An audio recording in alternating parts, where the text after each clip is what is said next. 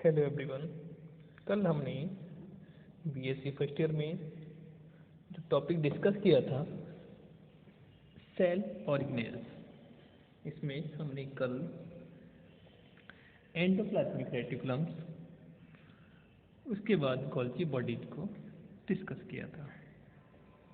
आज हम cell organelles के अंतर्गत आपका जो थर्ड ऑर्गेनेल्स है लाइसोसोम, उसको डिस्कस करेंगे। लाइसोसोम की बात करें, डिस्कवर्ड बाय डी डुबे इन 1955, यानी डी डुबे नामक वैज्ञानिक ने सन 1955 में लाइसोसोम को सेल्स के अंदर देखा था। अगर लाइसोसोम की बात करें तो सेल्स के साइटोप्लाज्म में अनेक मेम्ब्रेन द्वारा बाउंडेड तथा अनियमित आकार की रचनाएं पाई जाती हैं, जिसमें हाइड्रोलिसिस एंजाइम यानी हाइड्रोलिटिक रिएक्शन पाई जाती है, जिसको लाइसोसोम कहते हैं।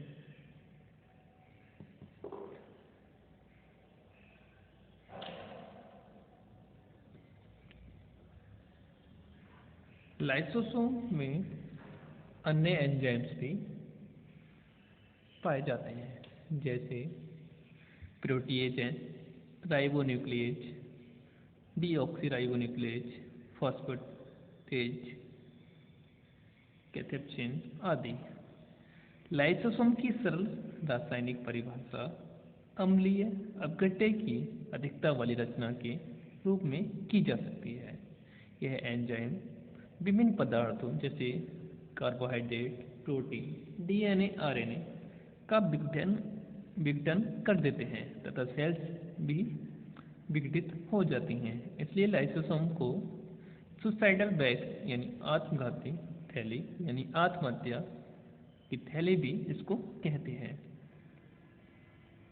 फंक्शन की बात करें तो ये सेल्स में इंट्रासेलुलर पाचन की क्रिया को संपन्न करते हैं, यानी इसमें जो इंट्रासेलुलर डाइजेशन की प्रोसेस है सेल्स के अंदर, तो यह उस प्रोसेस को कंप्लीट करते हैं। नेक्स्ट ये है बैक्टीरिया का भक्षण करती है, यानी सेल्स के अंदर कोई बैक्टीरिया या टिश्यू के अंदर कोई बैक्टीरिया प्रेजेंट है तो यह उनको खा जाती है।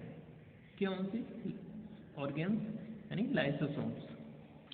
नेक्स्ट यह कभी कभी अपनी ही सेल्स को खा जाते हैं। जो लाइसोसोम्स हैं वो अपने आप को ही यानी अपने ही सेल्स को यानी दूसरे जो इनके पार्ट्स होते हैं, दूसरे ऑर्गन मेंबर्स होते हैं, उनको ही ये खा जाते हैं। इसलिए इसको ऑटो डाइजेशन बोलते हैं, अतः इनको सुसाइडल बैग्स भी कहते हैं। नेक्स्ट इनको digestive body of the cells भी कहते हैं, यानी जो सेल्स की डाइजेस्टिव बॉडी है वो लाइसोसोम को कहा जाता है। नेक्स्ट परऑक्सीसोम्स, यानी जो फोर्थ ऑर्गेनेल्स है जो सेल्स के अंदर पाया जाता है, परऑक्सीसोम्स। परऑक्सीसोम्स की बात करें तो सेल्स के अंदर यह लाइसोसोम से छोटी रचना होती है। ये भी सिंगल लिविंग मेम्ब्रेन के द्वारा घिरी रहती है, जिसमें परऑक्सीडेज एंजाइम्स पाया जाता है। अब बात करते हैं राइबोसोम्स। ये काफ़ी पूछा जाता है शॉर्ट नोट में, तो बात करते हैं राइबोसोम्स।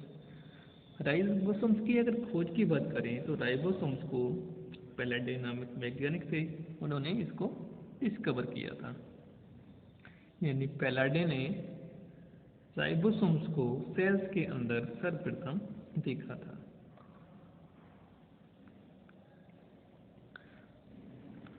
यह नॉन मेम्ब्रेनस ऑर्गेनेल्स हैं, यानी इसमें कोई मेम्ब्रेन या कवरिंग नहीं पाई जाती है। नेक्स्ट यह सूक्ष्म ग्रेन्यूल्स के रूप में या तो स्वतंत्र अवस्था में या समूह में या एंडोप्लाज्मिक रेटिकुलम से अटैच्ड पाए जाते हैं। मतलब अगर हम सेल्स के अंदर राइबोसोम्स की बात करें तो यह सेल के अंदर या तो फ्री फॉर्म में होंगे, फ्री फॉर्म मतलब जो उसका साइटोप्लाज्म होता है या प्रोटोप्लाज्म होता है उसके अंदर बिखरे होते हैं, या फिर एंडोप्लाज्मिक रेटिकुलम है उस पर ये अटैच्ड यानी चिपके हुए मिलते हैं। इससे पहले आपने एंडोप्लाज्मिक रेटिकुलम को पढ़ा था, उसमें आपने देखा होगा जो एंडोप्लाज्मिक रेटिकुलम थे 2 टाइप के थे, स्मूथ और रफ। तो जो रफ एंडोप्लाज्मिक रेटिकुलम थे उन पर क्या प्रेजेंट थे, राइबोसोम्स। नेक्स्ट, इसकी ओरिजिन न्यूक्लियस से होती है, यानी इनकी उत्पत्ति की बात करें सेल्स के अंदर तो ये कहाँ से होती है, न्यूक्लियस से होती है। नेक्स्ट, यह मुख्यतः आरएनए तथा प्रोटीन से बनते हैं, यानी केमिकली इसको देखा जाए यानी इसकी केमिकल नेचर की बात करें तो जो राइबोसोम्स हैं यानी राइबोसोमल बॉडीज हैं वो प्रोटीन तथा आरएनए की बनी होती है। नेक्स्ट पॉइंट, प्रत्येक राइबोसोम्स में 2 रचनात्मक यूनिट पाई जाती है।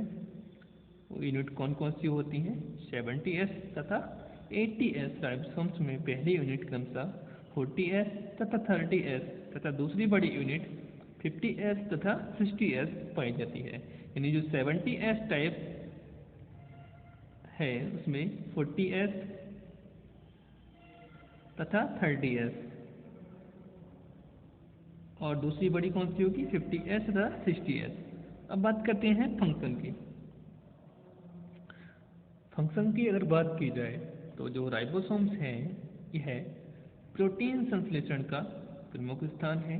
ये इसको इंजन ऑफ द सेल भी कहा जाता है, क्योंकि इसी से प्रोटीन का संश्लेषण होता है और उससे एनर्जी प्रोड्यूस होती है।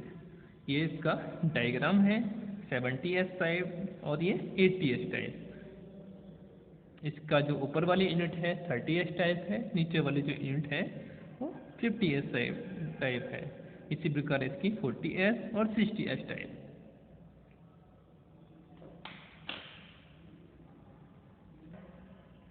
अब हम बात करते हैं 6 जो ऑर्गेनेल्स है सेंट्रोसोम।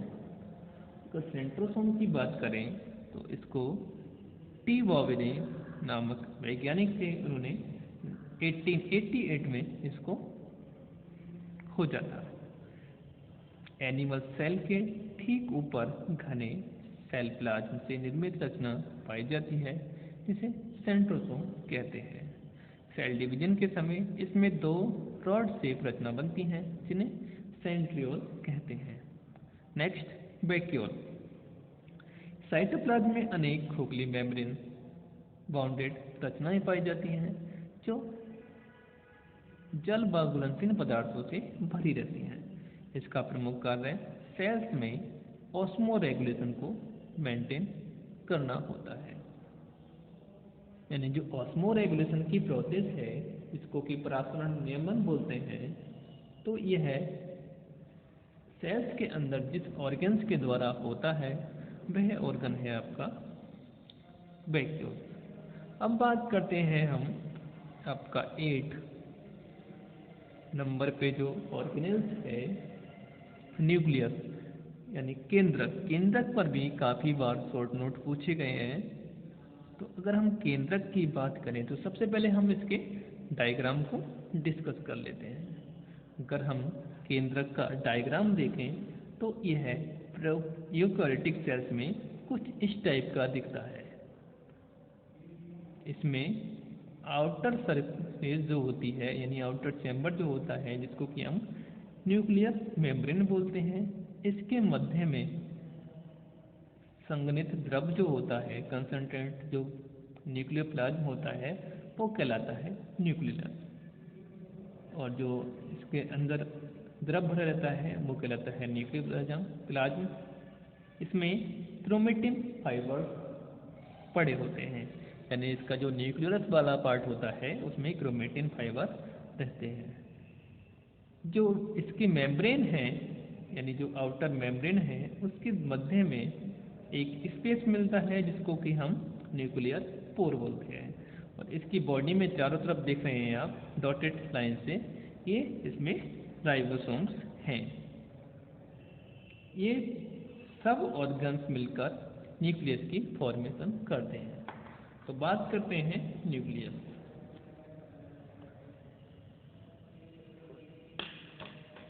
डिस्कवरी की बात करें यानी इसकी खोजकर्ता की बात करें तो न्यूक्लियस को सर्वप्रथम रॉबर्ट ब्राउन ने 1831 में खोजा था।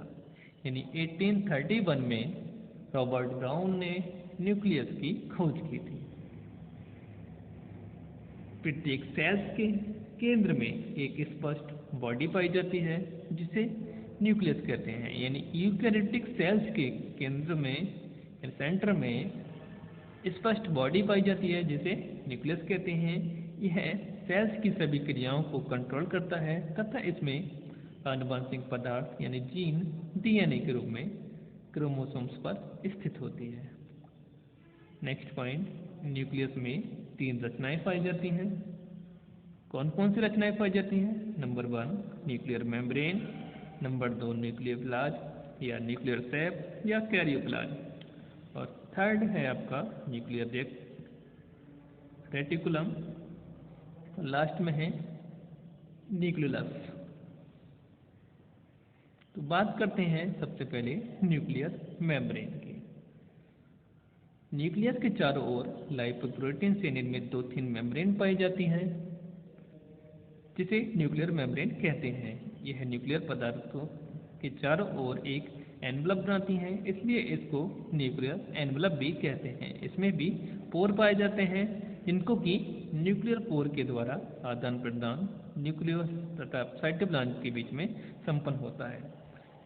न्यूक्लियर एनवलप की बाहरी मेम्ब्रेन एंडोप्लाज्मिक रेटिकुलम से जुड़ी होती है। नेक्स्ट, न्यूक्लियोप्लाज्म या न्यूक्लियर सैप या कैरियोप्लाज्म। न्यूक्लियर मेम्ब्रेन तथा न्यूक्लियस के बीच में होमोजीनियस मटेरियल के रूप में न्यूक्लियर सैप या न्यूक्लियोप्लाज्म पाया जाता है। न्यूक्लियोप्लाज्म में न्यूक्लियर रेटिकुलम तथा न्यूक्लियस पाया जाता है। नेक्स्ट, न्यूक्लियर रेटिकुलम यानी fine network of chromatin thread braided with chromatin granules. Next, यह रचनाएं सेल डिवीजन के टाइम पे क्रोमोसोम्स में बदल जाती हैं जिनको आनुवंशिक वाहक कहा जाता है। ये रचनाएं न्यूक्लियोप्रोटीन की बनी होती हैं जिसमें हिस्टोन प्रोटीन, डीएनए तथा आरएनए पाया जाता है। एंड लास्ट में हम बात करेंगे न्यूक्लियस की। न्यूक्लियस की अगर हम खोज की बात करें तो इसको फोंटाना ने 1781 में न्यूक्लियस नाम दिया था, खोजा था, और तथा न्यूक्लियस नाम जो था इसको बोमेन ने 1840 में दिया था।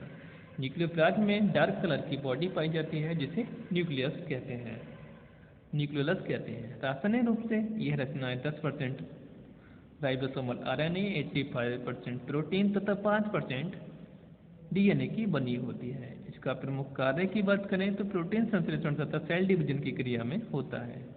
इसका सेकेंड फंक्शन आरएनए सिंथेसिस भी होता है। तो आज के टॉपिक में बस इतना ही। कल हम माइटोकॉन्ड्रिया को डिस्कस करेंगे। धन्यवाद।